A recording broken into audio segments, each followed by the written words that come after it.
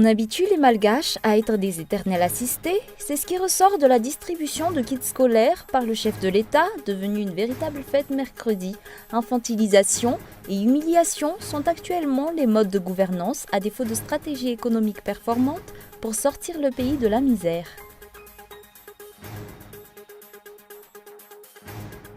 Durant le mandat du président Iratson Armapian, le prix du kilo du riz a enregistré une hausse de 943 ans.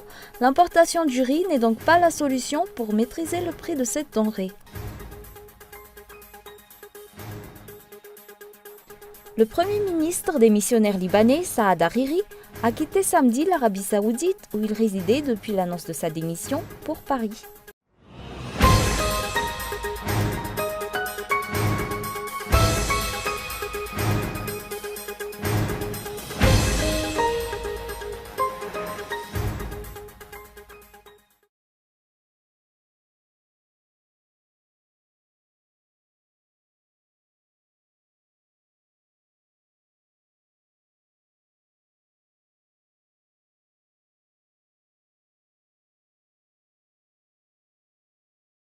Bonsoir à tous et bienvenue dans ce journal.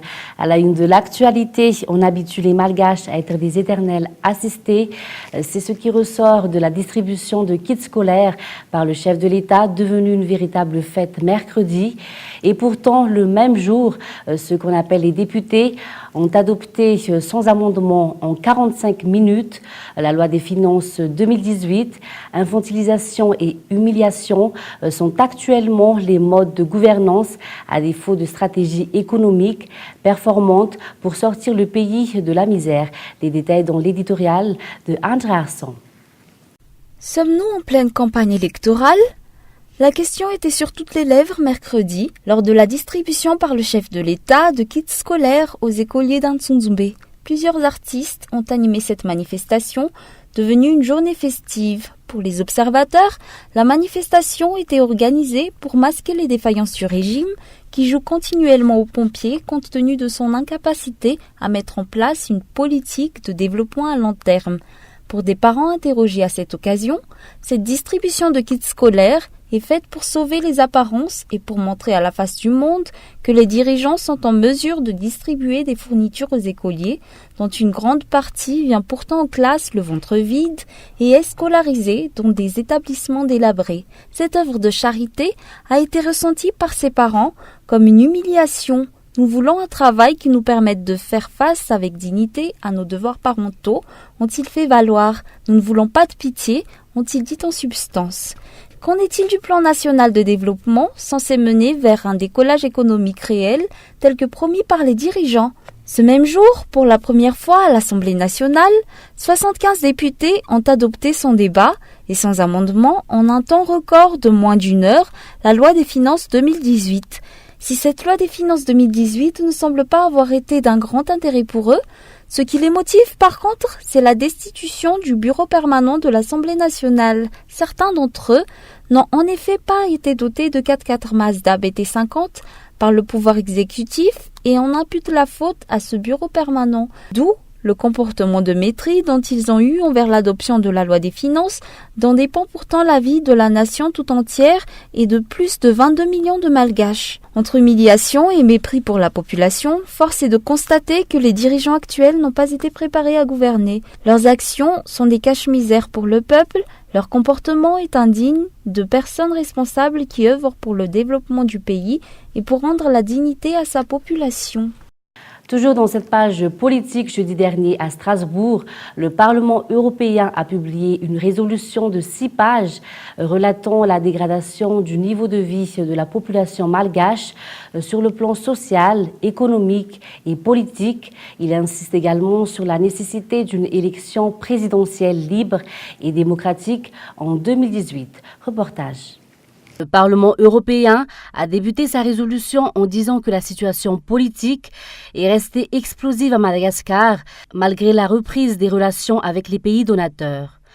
De nombreux points ont été évoqués dans cette résolution, tels que le code de la communication, L'élection présidentielle de 2018, le respect du droit de l'homme à Madagascar, les sanctions imposées par la CITES concernant le trafic de bois précieux et du patrimoine national, l'affaire Claudine Razemamounzi et l'épidémie de la peste et tant d'autres.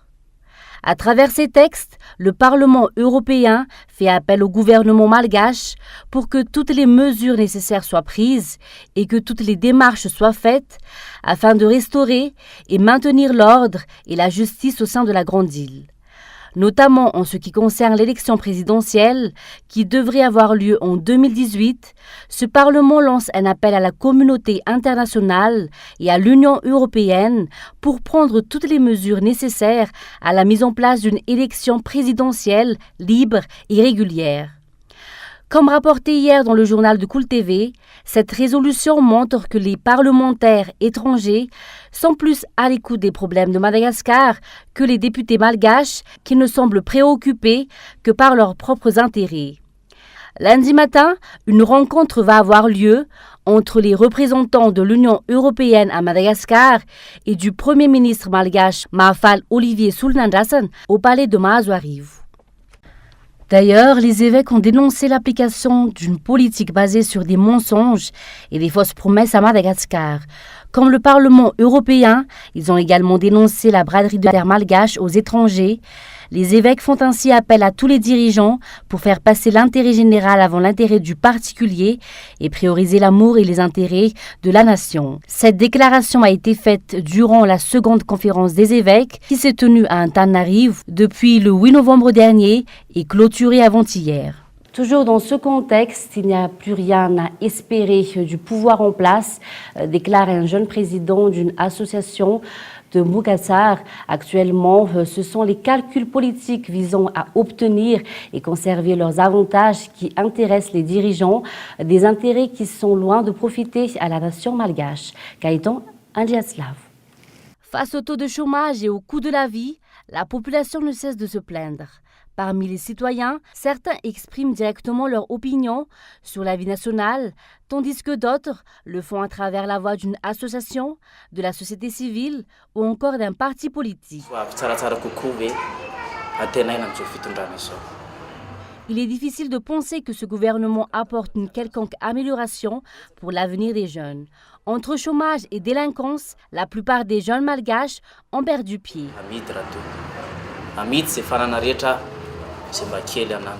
Les dirigeants font passer leurs calculs politiques avant l'amélioration de la condition sociale des habitants, toujours selon les explications.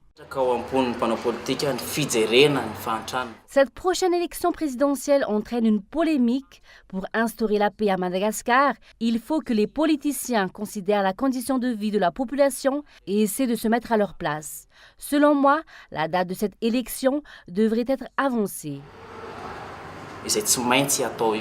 Face à une telle situation, l'avenir des Malgaches ne s'annonce pas prometteur, alors que 60% de la population malgache sont des jeunes de moins de 24 ans, selon les dernières statistiques de l'UNFPA. Nous l'avons annoncé dans les titres durant le mandat du président Eradunarmampian. Le prix du kilo du riz a enregistré une hausse de 900 ariars en 3 ans. L'importation de riz n'est donc pas la solution pour maîtriser le prix de cette denrée. Youn Nassen. Si le kilo du riz blanc coûtait 1300 ariars en décembre 2015, aujourd'hui, il a augmenté de 2200 ariars. Cela prouve que la politique d'importation de riz instaurée par le gouvernement actuel n'est pas efficace pour stabiliser le prix du riz. Madagascar a importé 274 834 tonnes de riz en 2015, 197 722 tonnes en 2016 et au cours du mois d'août dernier, ce chiffre a grimpé de 308 719 tonnes selon le rapport de l'Observatoire du riz. Donc, plus la Grande Île importe, plus le prix du riz augmente. L'importation n'est donc pas la solution pour la majorité de la population malgache. Comme nous l'avons rapporté auparavant sur Cool TV, seule une poignée de personnes y trouvent leur compte. La déclaration du ministère de l'Industrie et du Développement du secteur privé a étonné plus d'un cette semaine. À la veille de la fin de leur mandat, les dirigeants se rendent enfin compte que l'importation ne résout pas le problème du riz et qu'il faudrait plutôt augmenter la production locale. La politique de l'importation a assez duré. Madagascar doit produire plus de riz, pas seulement pour la consommation locale, mais aussi pour l'exportation. Nous avons les capacités en main qu'il faut pour cela.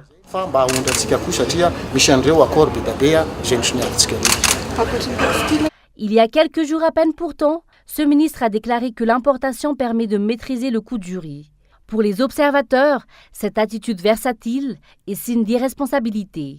Comparé à l'année dernière, le prix du riz a augmenté de 30% au niveau local et de 2 à 3% sur le plan international, selon l'Observatoire du riz. Durant la majeure partie de son mandat, ce gouvernement s'est contenté d'une solution passagère et n'a élaboré aucune véritable stratégie pour améliorer la production de riz à Madagascar. Dans le reste de l'actualité, la protection des droits de l'homme est encore précaire à Madagascar. L'ignorance du droit en général en est la cause. La société civile réclame que la protection de ces droits fondamentaux soit renforcée par tous les moyens possibles. Albertin Rabial-Arrivou. La mise en pratique de la protection des droits de l'homme est encore difficile à Madagascar. Ce non-respect commence par les droits sociaux fondamentaux jusqu'aux droits économiques. Pour les membres de la société civile œuvrant dans les droits de l'homme, chaque citoyen doit connaître et réclamer ses droits. De nombreux systèmes ont été mis en place afin que les Malgaches puissent jouir de leurs droits, mais il faut encore l'appui du gouvernement. La grande majorité de la population ne jouissent pas encore de leurs droits fondamentaux. Nombreuses sont celles qui ne connaissent même pas et ignorent leur portée ainsi que les conséquences néfastes de la non-réalisation de ces droits dans leur vie quotidienne. On remarque aussi l'insuffisance de la coordination et la faible capacité des institutions, notamment de l'État, dans la réalisation de leurs responsabilités et obligations à fournir tous les droits.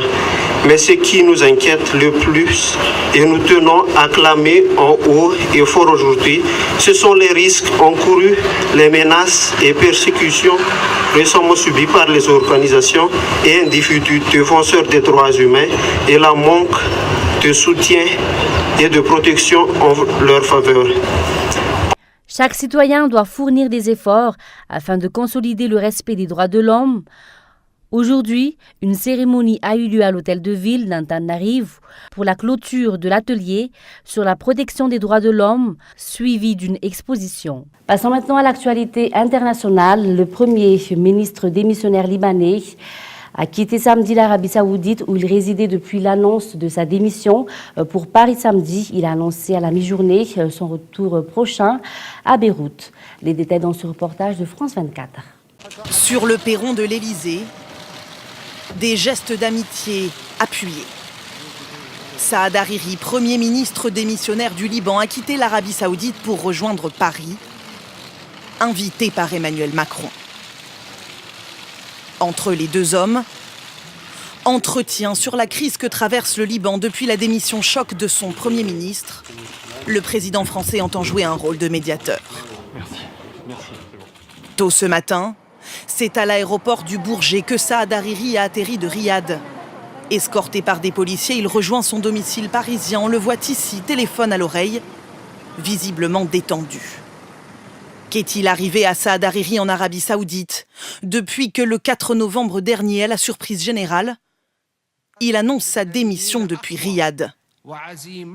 Et lui, le sunnite, dénonce la mainmise de l'Iran chiite et du Hezbollah sur le Liban. Était-il libre, comme il l'affirme, ou cette démission a-t-elle été dictée par le grand frère saoudien ? Quoi qu'il en soit, Emmanuel Macron s'implique personnellement dans ce dossier avec cette visite surprise la semaine dernière à Riyad. 2 heures de discussion avec le prince héritier Mohamed Ben Salman pour tenter d'apaiser les tensions. À Beyrouth, la démission de Saad Hariri a déclenché une nouvelle crise politique, mais le Premier ministre démissionnaire se veut aujourd'hui rassurant. Ce matin, il annonce son retour au Liban dès mercredi prochain. Et puis enfin, manifestation historique au Zimbabwe pour en finir avec l'ère Mugabe, accentuant la pression sur le président placé cette semaine en résidence surveillée par l'armée. Les détails en images avec France 24. Télévision d'État est désormais aux mains de l'armée. Sur ces images, le commentateur affirme que ces membres du parti au pouvoir célèbrent la prise de contrôle des militaires. La ZANU-PF appelle désormais Robert Mugabe à démissionner. Seuls les criminels qui l'entourent le poussent à rester en place. Mais en tant que parti et nation, nous ne pouvons pas permettre cela. Éliminer les criminels de l'entourage de Robert Mugabe, ce sont les mots des militaires pour justifier leur intervention qu'ils refusent toujours d'appeler un coup d'État. Après les anciens combattants, après l'opposition, c'est donc maintenant au parti du chef de l'État d'exiger son départ, mais aussi celui de son épouse. Nous appelons sans réserve le président à démissionner et la première dame a quitté le parti. Depuis plusieurs mois, la première dame brigue la succession de son mari. Mais les proches de Robert Mugabe n'acceptent pas que son épouse puisse lui succéder. Surnommée Gucci Grace en raison de son attrait pour le luxe, Grace Mugabe est peu populaire, surtout au sein de l'armée. Dans les rues d'Harare, de nombreux Zimbabwéens espèrent désormais la fin de l'ère Mugabe. Depuis ma naissance, c'est le même président qui dirige ce pays. Je veux qu'il se mette de côté pour donner une chance à un autre et voir ce qu'il se passe. Placé en résidence surveillée depuis le coup de force des militaires mercredi dernier, Robert Mugabe s'est rendu vendredi dans une université de la capitale pour présider la remise des diplômes, comme il était prévu dans son agenda. Preuve qu'il n'est pas prêt à renoncer si vite au pouvoir. On termine avec un bref rappel des titres. On habitue les Malgaches à être des éternels assistés. C'est ce qui ressort de la distribution de kits scolaires par le chef de l'État, devenue une véritable fête mercredi. Infantilisation et humiliation sont actuellement des modes de gouvernance, à défaut de stratégie économique performante pour sortir le pays de la misère. Et puis, durant le mandat du président Eradunarmampian, le prix du kilo du riz a enregistré une hausse de 900 ariars en 3 ans. L'importation de riz n'est donc pas la solution pour maîtriser le prix de cette denrée. Et enfin, le Premier ministre démissionnaire libanais a quitté samedi l'Arabie Saoudite, où il résidait depuis l'annonce de sa démission pour Paris samedi. Et c'est la fin de ce journal. Merci de votre fidélité. Bonne soirée à tous sur Cool TV et au revoir.